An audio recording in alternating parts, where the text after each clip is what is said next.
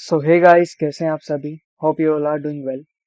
सो आज हम कंटिन्यू कर रहे हैं अपनी जनरल स्टडीज के PYQ series from Kiran publication for SSC, CGL and other SSC examinations. आज सेशन 4 में हम कवर करेंगे question number 76 to 100 from ancient history. So let's begin with this. Question number 76, where do you find the temple of Angkor Wat. ठीक है, सो temple अंगकोरवत कहाँ पे है, जो कि बहुत ही फेमस एक टूरिस्ट अट्रैक्शन भी है इस प्लेस का। सो ये कहाँ पे है टेम्पल, ये है कंबोडिया में। ठीक है, कंबोडिया कहाँ पे है, अगर हम मैप पे देखें सो ये हमारा जो रीजन है ये है इंडिया।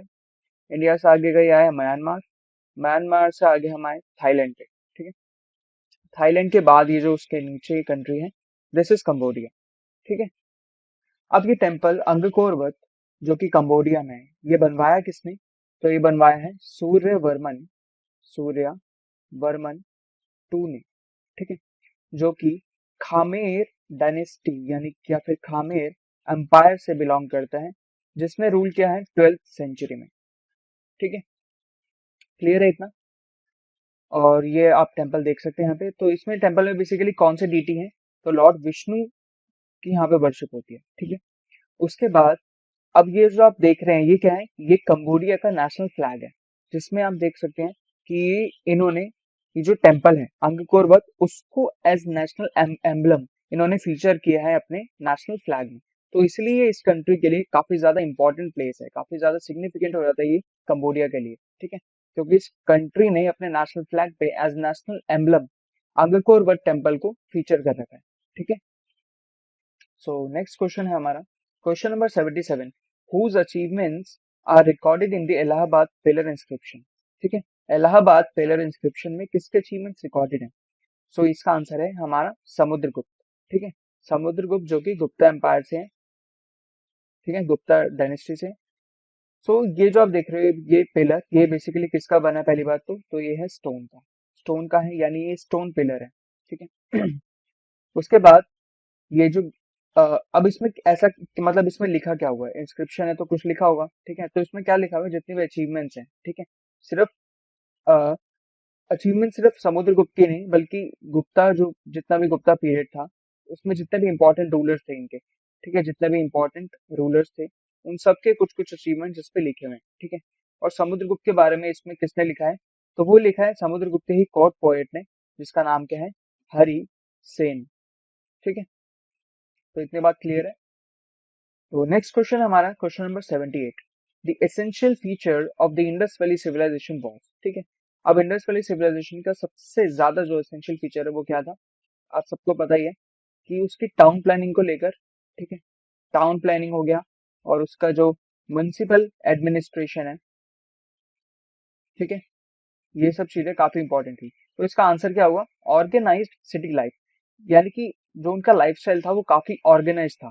ठीक है, काफी अर्बन था। ठीक है, अर्बनाइज्ड सिटी लाइफ थी उनकी, अर्बनाइज लाइफस्टाइल कह सकते हैं। ठीक है, और टाउन प्लानिंग को लेकर म्युनिसिपल एडमिनिस्ट्रेशन यानी जो उनका जितना भी ड्रेनेज था। ठीक है, ड्रेनेज सिस्टम बहुत ही परफेक्ट सोफिस्टिकेटेड एकदम हाईटेक बना हुआ था एकदम। ठीक है, और जैसे कि क्या होता था, जैसे ये कोई भी घर है। ठीक है, तो घर का अपना एक कॉर्टयार्ड भी हुआ करता था। ठीक है, यहाँ पे विंडोज भी हुआ करती थी। ठीक है, और हर एक जैसे हर एक जो भी हाउस है उसका अपना ही एक पर्सनल क्या होता था, पर्सनल एक अपना बाथरूम होता था, और पर्सनली अपना जैसे जो टॉयलेट वगैरह होते थे पर्सनल होते थे उनके। ठीक है, तो इसलिए काफी ऑर्गेनाइज उनकी सिटी लाइफ थी। और पेस्टोरल फार्मिंग नहीं होती थी, कास्ट सिस्टम तो उस टाइम था ही नहीं है सब तो। ठीक है, वो काफी मतलब मिलजुल कल बोलों के हाँ करते थे। पेस्टोरल फार्मिंग वैसे होता क्या है, जैसे कि कुछ लोग जैसे एग्रीकल्चर फार्मिंग में क्या होता है कि हम कोई क्रॉप्स को ग्रो करते हैं। ठीक है, पेस्टोरल फार्मिंग में क्या होता है कि हम किसकी, कैटल्स की प्रोडक्शन करते हैं। ठीक है, कैटल्स की प्रोडक्शन करते हैं, उनको लाइफ स्टॉक्स को रियर करते हैं, उनको मतलब उनकी देखभाल करते हैं, उनका प्रोडक्शन करते हैं। ठीक है, ये सब होता है पेस्टोरल फार्मिंग। तो उस टाइम ये सब नहीं होता था क्योंकि उन्होंने नई नई एग्रीकल्चर उन्होंने फार्मिंग उस टाइम सीखी थी। ठीक है, और उसमें उन लोगों वो काफी एडवांस हो गए थे। ठीक है, सो नेक्स्ट क्वेश्चन है हमारा, नेक्स्ट क्वेश्चन है question number 79, which is the name of capital of Pallavas. ठीक है, तो सिंपल सा क्वेश्चन क्या पूछा है कि पल्लवास की कैपिटल कौन सी थी, तो इसका आंसर है कांची, जिसको और क्या बोलते हैं, जिसको कांचीपुरम भी बोला जाता है। ठीक है, कांचीपुरम। ठीक है, पल्लवाज हमारे कहाँ पे थे, तो ये साउथ रीजन में। ठीक है, अब जैसे कि ये आप ऑप्शन देख रहे हैं, ऑप्शन नंबर 4, ये भी पल्लवाज से ही रिलेटेड है। क्यों रिलेटेड है, क्योंकि जो पल्लवाज ने जो जो सिटी बनाई थी वो कौन सी थी, महाबलीपुरम। ठीक है, पल्लवाज मैंने आपको पहले भी लर्न करवाया था कि पल्लवा और महाबली, ठीक है, एल एल से आप साउंड से इसको लर्न कर सकते हैं। पल्लवाज ने क्या बनवाया था, महाबलीपुरम बनवाया था। ठीक है, और इसमें भी मोर स्पेसिफिकली जो पल्लवास के रूलर थे, कौन थे, तो ये हमारे हो गए नरसिम्हा वर्मन। ठीक है, नरसिम्हा वर्मन टू। ठीक है, नरसिम्हा वर्मन टू ने क्या बनवाया था, अपना महाबलीपुरम बनवाया था। ठीक है, तो महाबलीपुरम भी किससे रिलेटेड है, पल्लवा से रिलेटेड है। और ये कहाँ पे आई, प्रेजेंटली ये कहाँ पे है, तमिलनाडु में अपना। ठीक है, तमिलनाडु, साउथ इंडिया। ठीक है, डन। सो नेक्स्ट क्वेश्चन है the question number 88। The word Veda means, तो वेदा का सिंपल सा मीनिंग है क्या, नॉलेज। ठीक है, वेदा मीन्स नॉलेज। और हमारे चार कौन कौन से वेद हैं अपने टॉप पे, सबसे पहले ऋग्वेदा। ठीक है, फिर देन यजुर्वेद, थर्ड है अपना सामवेद, फोर्थ है अपना अथर्ववेद। ठीक है, clear. Next question, question number 81। Which metal was first used by वैदिक पीपल। ठीक है, तो वैदिक पीपल ने सबसे पहले कौन सा मेटल यूज किया था, तो ये अपना इसका आंसर क्या है, कॉपर। यानी सबसे पहले जो कॉपर है, तांबा, वो इन लोगों ने यूज किया था सबसे पहले। ठीक है, फर्स्ट यूज्ड बाय वैदिक पीपल। ठीक है, कौन सा मेटल उन्होंने सबसे पहले यूज किया, तो वो कौन सा था, कॉपर यूज किया था। बाकी यूज ये भी था, गोल्ड भी यूज में था उस टाइम पे। ठीक है, फिर धीरे धीरे आगे इवॉल्व होते होते इन्होंने आयरन भी यूज करना शुरू किया। ठीक है, बट जो वैदिक पीपल ने सबसे पहले यूज किया वो था कॉपर। ठीक है, ठीक है, तो उस टाइम पे जैसे वैदिक लोग, जैसे वैदिक जो लोग हुआ करते थे वो क्या, जैसे कि पोर्टर्स हुआ करते थे उस टाइम पे। ठीक है, और वो चैरियट वगैरह ही बनाया करते थे, क्योंकि जैसे जो लोग थे उस टाइम, राजा महाराजा, वो रथ वगैरह पे ट्रेवल किया करते थे, तो चैरियट बनाने के लिए भी वो यूज हुआ करता था। ठीक है, नेक्स्ट क्वेश्चन देखते हैं। सो क्वेश्चन नंबर 82 क्या है कि Arabs were defeated in 1738 AD by, तो अरब्स को 1738 में किसने डिफीट किया था, तो इसका आंसर है, आंसर नंबर 4, चालुक्यास। चालुक्यास ने डिफीट किया था अरब्स को 1738 एडी में। ठीक है, सो नेक्स्ट क्वेश्चन है हमारा, question number 83। In modern dynasty Kalinga war took place in which year. ठीक है, तो कलिंगा वॉर किस ईयर में हुआ था, मॉडर्न डायनेस्टी के टाइम पे। ठीक है, तो हमें पता है कि 261 बीसी में क्या हुआ था, अपना फेमस जो कलिंगा वॉर है वो हुआ था। ठीक है, ये किसने लड़ा था, तो ये मौर्यन डायनेस्टी के जो रूलर है, इंपॉर्टेंट रूलर, अशोका ने लड़ा था। क्यों लड़ा था, क्योंकि इसको अनेक्स करना था, किसको, ओडिशा को। ठीक है, उस टाइम पे क्या था, मतलब कलिंगा बोलते थे, प्रेजेंटली वो क्या है, ओडिशा है। ठीक है, तो कलिंगा को अनेक्स करने के लिए इसने कलिंगा वॉर लड़ा। ठीक है, बट हुआ क्या कि इसके इमीडिएटली इसके बाद ये पूरा 360 डिग्री चेंज हो गया, क्योंकि इसने इस वॉर को बेसिकली ब्लडीएस्ट वॉर बोला जाता है इंडियन हिस्ट्री में। ठीक है, क्योंकि बहुत सबसे ज्यादा ब्लड शेड हुआ इस वॉर के अंदर, कलिंगा वॉर के अंदर। और हुआ क्या कि इस ब्लड शेड को देखकर अशोका पूरा 360 डिग्री चेंज हो गया। उसके बाद ही अशोका ने क्या बुद्धिज्म एक्सेप्ट किया था। सॉरी, उसके बाद ही अशोका ने बुद्धिज्म को एक्सेप्ट किया था। उसके बाद पूरा एक बुद्धिस्ट फॉलोअर बन गया था अशोका। ठीक है, इस ब्लड, इतने सारे ब्लड शेड को देखे हैं इसकी, उसके बाद ही बुद्धि इसकी ठीक हुई थी।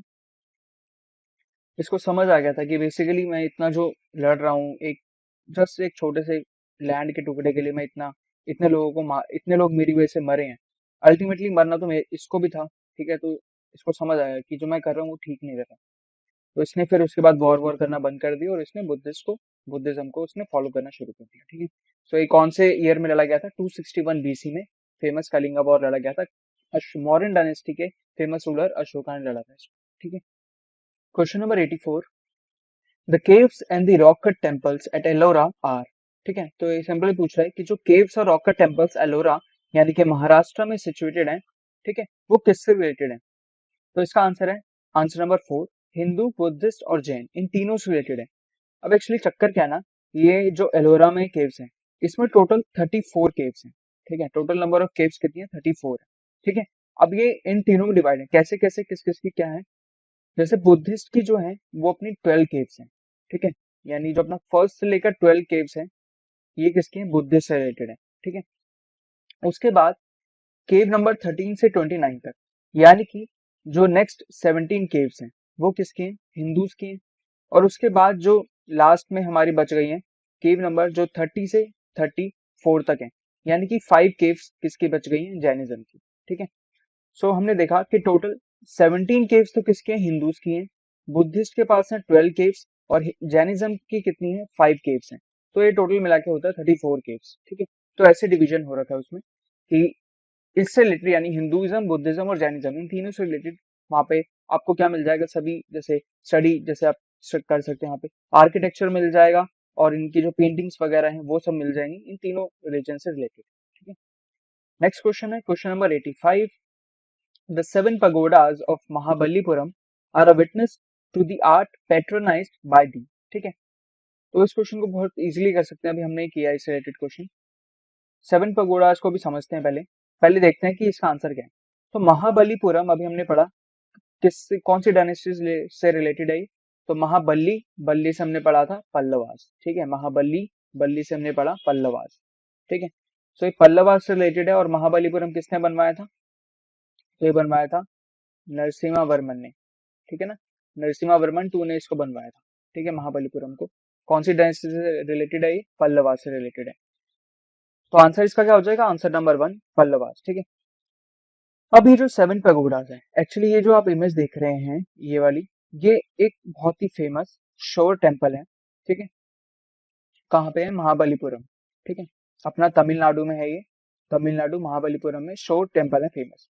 तो ऐसा माना जाता है कि अभी तो यहाँ पे एक टेम्पल है, ठीक है, ऐसा माना जाता है कि किसी टाइम पहले, काफी टाइम पहले यहाँ पे 6 टेम्पल्स और एग्जिस्ट करते थे, ठीक है, इसी के साथ में मतलब लाइन में 6 टेम्पल्स और एग्जिस्ट करा करते थे। तो इसलिए 6 और +1 ये वाला, तो इसको इसलिए 7 टेम्पल्स की वजह से इसको क्या बोला जाता है, 7 पगोडाज ऑफ महाबलीपुरम, ठीक है। तो ये इसके पीछे की थीम थी। तो इसका आंसर क्या है, पल्लवास, ठीक है। Next question, question number 86। Name of the clan Buddha belong, ठीक है। तो यानी कि बुद्धा जो गौतम बुद्ध हैं वो कौन से क्लैन से बिलोंग करते थे, तो वो बिलोंग करते थे साक्य क्लैन से, ठीक है। इसलिए इनका एक नाम एक और क्या था, साक्य मुनि भी इनको बोले करते थे लोग, ठीक है। इनको साक्य मुनि ही बोला जाता था, किसको, गौतम बुद्ध को, गौतम बुद्धा को, ठीक है। तो गौतम बुद्धा कौन से क्लैन से या फिर कौन सी ट्राइब से बोल सकते हैं, तो ये कौन से ट्राइब या कौन से क्लैन से सिचुएटेड है, तो ये है साक्य क्लैन से, ठीक है।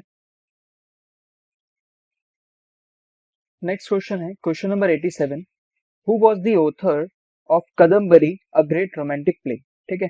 सो कदम्बरी एक प्ले था जिसके ऑथर कौन है, तो ये है अपने बाना भट्ट, ठीक है। और बाना भट्ट से रिलेटेड और क्या क्वेश्चन है कि बाना भट्ट किसके कोर्ट पोएट है, सो बाना भट्ट कोर्ट पोएट है किसके, अपने हर्षवर्धन के, ठीक है। हर्षवर्धन जो कि हर्षा भी, जिनको हर्षा के नाम से भी जाना जाता है, ठीक है। तो हर्षवर्धन के कोर्ट पोएट हैं बाना भट्ट, जिन्होंने कौन सा प्ले लिखा है, तो इन्होंने लिखा है कदम्बरी, ठीक है। नेक्स्ट क्वेश्चन है question number 88। During which Gupta Kings rain did Chinese traveller फाहीन visit India, ठीक है। सो ये क्वेश्चन काफी इंपॉर्टेंट है क्योंकि ट्रेवलर से काफी क्वेश्चंस पूछे जाते हैं एसएससी में। अब जैसे अभी हमने फाहीन के बारे में पढ़ा, तो आगे जाके हम ह्यून सांग और भी कुछ ट्रेवलर्स हैं इंपॉर्टेंट जिनके बारे में हम पढ़ेंगे। सो फाहीन ने कब विजिट किया था, तो ये विजिट किया था चंद्रगुप्त टू के टाइम पे, ठीक है।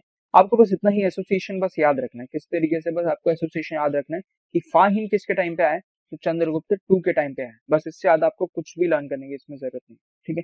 फाहीन ने किसके टाइम पे विजिट किया है इंडिया में, तो गुप्ता किंग था, यानी गुप्ता डायनेस्टी का था चंद्रगुप्त टू, उसके टाइम पे फाहीन ने विजिट किया अपने इंडिया को, ठीक है। नेक्स्ट क्वेश्चन है क्वेश्चन नंबर 89।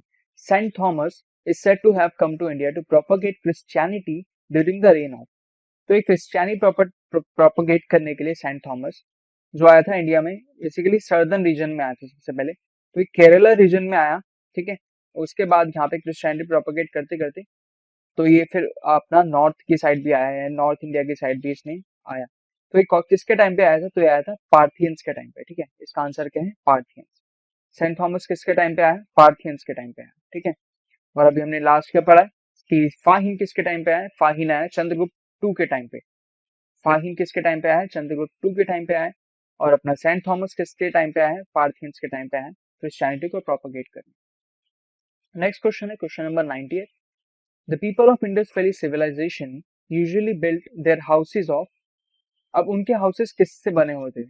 ठीक है, अभी हमने देखा कि इंडस वैली सिविलाइजेशन में क्या था, काफी मतलब एक अच्छी खासी लाइफस्टाइल थी। ठीक है, अर्बन लाइफस्टाइल थी उनकी। तो आपको खुद ही पता चल जाएगा कि वुड से तो फिर वो बनाएंगे नहीं। ठीक है, स्टोन से भी बना सकते हैं, बट जो मोस्ट इसका जो रेलेवेंट आंसर है वो क्या है? पक्का ब्रिक्स। ठीक है, यानी वो जो पक्का ब्रिक्स हैं, जो आजकल हम लोग ब्रिक्स यूज करते हैं, वैसे वो लोग ब्रिक्स यूज करा करते थे। और उनकी जो ब्रिक्स भी बनती थी वो बेक्ड ब्रिक्स होती थी। ठीक है, यानी कि उसको पका के, यानी कि बनाने के बाद उसको भट्टी में वो पकाया करते थे। ठीक है, तो पकाने के बाद उन ब्रिक्स से वो क्या बनाते करते? अपने हाउसेस बनाया करते थे। तो यानी कि पक्का और ब्रिक्स हाउसेस उनके होते थे, किसके? इंडस वैली सिविलाइजेशन के लोगों के। ठीक है, सो नेक्स्ट क्वेश्चन है हमारा question number 91। Who started the Saka era and when? ठीक है, ये क्वेश्चन हम ऑलरेडी डिस्कस कर चुके हैं अपने फर्स्ट या फिर सेकंड सेशन में। आई थिंक फर्स्ट सेशन में हमने डिस्कस किया था। फर्स्ट सेशन के साथ फर्स्ट क्वेश्चन ऐसा कुछ था ये। तो साका एरा जो है वो किसने स्टार्ट किया था? कनिष्का ने। ठीक है, कनिष्का ने स्टार्ट किया, जो कि 78 एडी में स्टार्ट होता है। ठीक है, जब कनिष्का थ्रोन पे बैठता है 78 एडी में, जो कि कौन सी डायनेस्टी से? तो कनिष्का है कुषाण डायनेस्टी से। ठीक है, आप इसको बार बार रिपीटेडली जब पढ़ते रहोगे ना, इसको बार बार रिवाइज करोगे, पढ़ते रहोगे, एक क्वेश्चन में कोशिश करो कि उससे रिलेटेड सारी चीजें एक साथ पढ़ लो। ठीक है, तो ऑटोमेटिकली आपको ये सब चीजें लर्न हो जाएंगी, आपको करने की जरूरत नहीं पड़ेगी। तो साका एरा किसने स्टार्ट किया? कनिष्का ने स्टार्ट किया। कब स्टार्ट हुआ था ये? 78 एडी में स्टार्ट हुआ था। कनिष्का कौन सी डायनेस्टी से? कुषाण डायनेस्टी से। और एक और क्या इंपॉर्टेंट चीज है कि कनिष्का जो है वो बुद्धिज्म का फॉलोअर था। ठीक है, काफी अच्छा बुद्धिज्म का फॉलोअर था। ठीक है, तो इसका आंसर क्या है क्वेश्चन का? तो इसका आंसर है fourth, that is Kanishka in 78 AD. Saka era कब स्टार्ट हुआ? कनिष्का ने स्टार्ट किया। कब स्टार्ट किया? 78 एडी में स्टार्ट किया। ठीक है, डन। नेक्स्ट क्वेश्चन है in which state was the Nalanda university located in India? ठीक है, अब ये क्वेश्चन है काफी इंपॉर्टेंट है। क्यों है मैं बताता हूँ। अभी मेरे को ना रिसेंटली किसी ने कमेंट किया था कि लाइक इतने मतलब जैसे अब इसमें भी देखोगे आप, ये कुछ शायद 2000 के आसपास का क्वेश्चन है। ठीक है ना, तो किसी ने कमेंट किया कि इतने पुराने क्वेश्चन करने की क्या जरूरत है, मतलब इतने पुराने क्वेश्चन क्यों करा रहे हो, क्या पुराने क्वेश्चन करने की जरूरत है? तो मैं कहूंगा बिल्कुल जरूरत है। मैंने उनको समझाया भी था डिटेल में कि क्वेश्चंस पुराने ही आ रहे हैं अभी भी। ये जो क्वेश्चन है ना, ये क्वेश्चन रिपीट हुआ है CHSL 2019 का जो भी एग्जाम हुआ है ना, उसमें ये क्वेश्चन रिपीट हुआ है CHSL 2019 में। अब पता है उसमें ये क्वेश्चन कैसे पूछा हुआ है कि जितने भी इंपॉर्टेंट जो लर्निंग सेंटर्स हैं, ठीक है, लर्निंग सेंटर्स हैं, जैसे कि अपना नालंदा हो गया। ठीक है, इंपॉर्टेंट लर्निंग सेंटर्स जो कि नालंदा हो गया, और एक जैसे विक्रमशिला यूनिवर्सिटी है, तो ये सब कहाँ पे सिचुएटेड है? क्वेश्चन था ये वाला। ठीक है, तो इसका आंसर क्या है? बिहार है। इस क्वेश्चन का आंसर भी बिहार है, उस क्वेश्चन का आंसर भी क्या था? बिहार था, जो CHSL 2019 में है। तो इसलिए क्या है, हमें चीजों को रिलेट करके पढ़ना है, और ऐसे ही पढ़ना है, काफी इंपॉर्टेंट है। ठीक है, तो प्रीवियस ईयर को, जो किरण के जो प्रीवियस ईयर है, अगर सिर्फ उसी को ही हमने अच्छे से प्रैक्टिस कर लिया ना, तो एटलीस्ट स्टैटिक पार्ट तो हमारा वहीं से कवर हो जाएगा, हमें उससे बाहर करने की कुछ जरूरत ही नहीं है। अब जैसे ही हमें पता चला नालंदा यूनिवर्सिटी है, विक्रमशिला यूनिवर्सिटी है, ठीक है, ये सब कहाँ पे? बिहार में सिचुएटेड है। तो इससे रिलेटेड जितने भी क्वेश्चन हैं वो हम सब ऑलरेडी कवर कर चुके हैं, और वहीं से कुछ घुमा फिरा के क्वेश्चन पूछा जाएगा अभी जो हमारे जितने भी अपकमिंग एग्जाम्स आ रहे हैं SSC के। ठीक है, तो इसलिए ये काफी इंपॉर्टेंट हो जाते हैं। ठीक है, तो इस क्वेश्चन का आंसर क्या है? बिहार है। नालंदा यूनिवर्सिटी कहाँ पे सिचुएटेड है? बिहार में सिचुएटेड है। ठीक है, और अभी क्या है, बेसिकली ये फेमस बुद्धिस्ट लर्निंग साइट बन चुकी है। ठीक है, यानी यहाँ पे बुद्धिस्ट का जितने भी लर्निंग है, बुद्धिस्ट की ट्रेनिंग या उनका प्रचार कह सकते हैं। ठीक है, उनकी प्रीचिंग होती है यहाँ पे। तो ये एक बुद्धिस्ट सेंटर बन चुका है। ठीक है, और ये कहाँ पे है? नालंदा बिहार में। नेक्स्ट क्वेश्चन है क्वेश्चन नंबर 93। तो which event brought about a profound change in Ashoka's administrative policy? ठीक है, तो अभी हमने डिस्कस किया कि अशोका की एडमिनिस्ट्रेटिव पॉलिसी में एकदम प्रोफाउंड चेंज, यानी बिल्कुल एकदम 360 डिग्री चेंज कब आया था? तो वो आया था किसके बाद? कलिंगा वॉर के बाद। ठीक है ना, कलिंगा वॉर जो इसने किसको एनेक्स करने के लिए लड़ा था? कलिंगा को। एनेक्स करने के लिए लड़ा था, जो कि कहाँ पे है, ओडिशा। ठीक है, तो कलिंगा को एनेक्स करने के लिए इसने लड़ा था कलिंगा वॉर। ठीक है, जिसके बाद ये बिल्कुल एकदम चेंज हो गया था कि इसने वॉर करना उसके बाद बंद कर दिया था और बुद्धिज्म को फॉलो करना इसने शुरू कर दिया था उसके बाद। ठीक है, तो बेसिकली इसने वॉर वगैरह बंद कर दी थी और काफी मतलब ये बेनेवोलेंट हो गया था उसके बाद। ठीक है, मतलब लोगों के लिए काम करना, लोगों की भलाई के लिए, लोगों के लिए अच्छा काम करना उसने शुरू कर दिया था उसके बाद। तो ये इसके बाद ये इसकी एडमिनिस्ट्रेटिव पॉलिसी में चेंजेस आने शुरू हो गए थे। ठीक है, कलिंगा वॉर के बाद।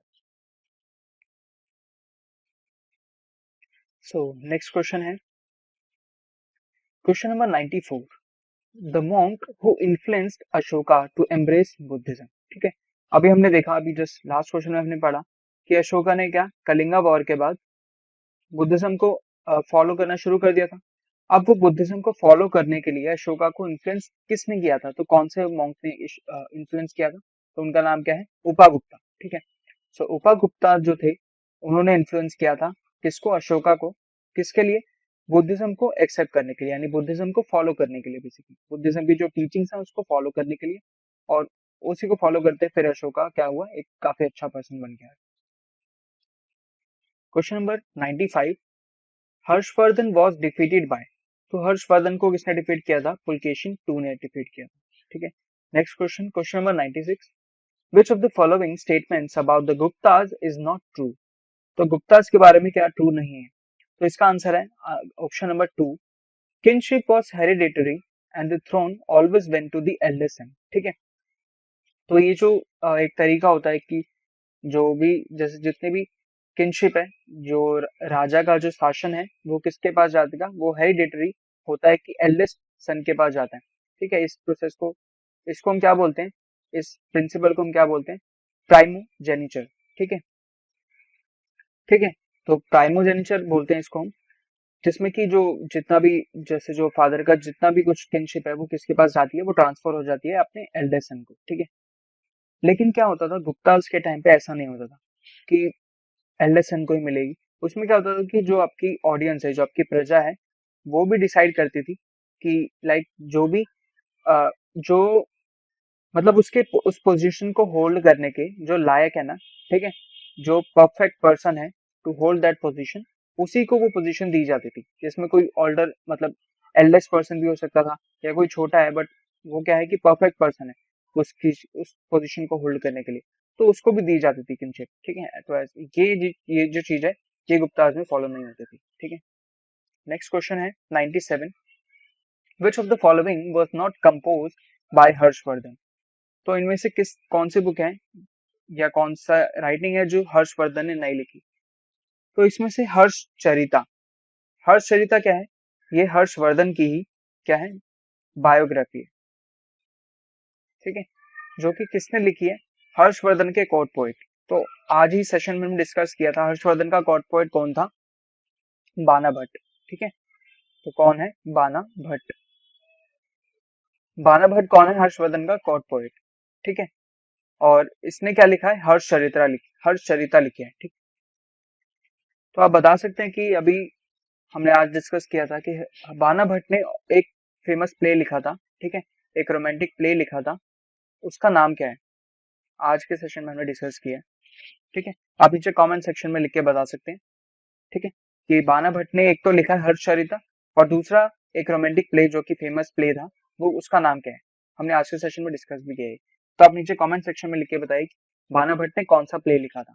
ठीक है, सो नेक्स्ट क्वेश्चन है हमारा question number 98, which of the following is not one of the animals carved on Sarnath pillar. ठीक है, तो सारनाथ पिलर जो है ये कहाँ पे है, सबसे पहले तो सबसे पहले किसने बनवाया, तो ये बनवाया है अशोका ने बनवाया है इसको। कहाँ पे बनवाया है, सारनाथ में। ठीक है, सारनाथ कहाँ पे है, यूपी में है। ठीक है, तो सारनाथ में अशोका ने अशोका पिलर या फिर सारनाथ पिलर बोलते हैं इसको। ठीक है, इसने यहाँ पे इसको बनवाया और ये किससे रिलेटेड है ये पिलर, तो ये बुद्धिज्म से रिलेटेड है। ठीक है, क्योंकि हमें पता है, अभी हमने सेशन में भी देखा कि अशोका ने बाद में जाके बुद्धिज्म को फॉलो करना शुरू किया था, तो बुद्धिज्म से रिलेटेड ये पूरा बना हुआ है। ठीक है, कैसे है, तो इसका आंसर जो हो जाएगा वो है डियर, कि डियर इसमें कहीं पे भी काव नहीं हो रखा, बाकी जो एनिमल्स हैं वो इस पे काव हो रखे हैं। जैसे कि यहाँ पे जो है सबसे पहले ये क्या है, नीचे ये लोटस है, ठीक है। तो ये लोटस है, लोटस भी रिलेटेड है किससे, बुद्धिज्म के एक सिंबल है, ठीक है। तो डिस्कस करते हैं इसको भी, क्या क्या सिंबल्स क्या रिप्रेजेंट करते हैं, ठीक है। उसके बाद यहाँ पे जो सेंटर वाला पोर्शन है, इसमें ये जो चक्र बीच में बनाया हुआ है, अशोका चक्र, तो इसको बुद्धिज्म से रिलेटेड क्या बोलते हैं, इसको इसको बोलते हैं धर्म चक्र, ठीक है। इसका नाम क्या है, धर्म चक्र। उसके बाद यहाँ पे कुछ 3 एनिमल्स कहा रखे हैं, जिसमें से कि एक है बुल, दूसरा है एलिफेंट, तीसरा है हॉर्स, और चौथा कौन सा एनिमल है, वो है लायन। लायन जो है कि टॉप पे कितने लायन है टोटल, 4 लायंस टॉप पे कार्व रखे हैं, जो कि बैक टू बैक खड़े हुए हैं, ठीक है। तो अशोका ने बेसिकली इसको सारनाथ में ही क्यों बनवाया था, सारनाथ में इसलिए बनवाया था क्योंकि सारनाथ में बुद्धिस्ट की जो है, यानी कि जो बुद्धिज्म के फाउंडर हैं गौतम बुद्ध, उन्होंने अपना फर्स्ट सेशन लिया था, ठीक है। यानी कि फर्स्ट अपनी प्रीचिंग जो उन्होंने करी थी, वो कहाँ पे करी थी, सारनाथ में करी थी, जिसमें उन्होंने 5 मॉन्क्स से स्टार्ट किया था। उन्होंने 5 मॉन्क्स को सबसे पहले प्रीच किया था, कहाँ पे, सारनाथ में। इसलिए ये सिग्निफिकेंट है किसके टर्म्स में, बुद्धिज्म के टर्म्स में किसने बनवाया है, अशोका ने बनवाया है, ठीक है। नेक्स्ट क्वेश्चन है question number 99। The Kannauj assembly organised by Harsha was held in honour of, ठीक है। तो किसके ऑनर में कन्नौज असेंबली करवाई थी, ये क्वेश्चन हम ऑलरेडी डिस्कस कर चुके अपने सेकंड या फिर थर्ड सेशन में, ठीक है। सो कन्नौज असेंबली जो कि हर्षा ने ऑर्गेनाइज करवाई थी, वो किसको, वो बेसिकली वैलेडिक्टरी बिड करने के लिए इन्होंने ऑर्गेनाइज कराई थी, तो किसको, ह्यून सैंग को। ह्यून सैंग कौन था, विजिटर था, जो कि एक चाइनीज पिलग्रिम भी था, चाइनीज पिलग्रिम था, बुद्धिज्म का फॉलोअर था, ठीक है। और बुद्धिज्म के बारे में ही स्टडी करने के लिए कहाँ पे आया था, इंडिया आया हुआ था।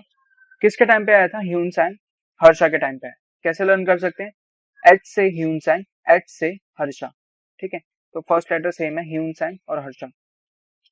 नेक्स्ट क्वेश्चन जो आपको मेरे को बताना है, वो ये बताना है कि फाहीन, फाहीन किसके टाइम पे आया था, हमने आज ही के सेशन में डिस्कस किया है।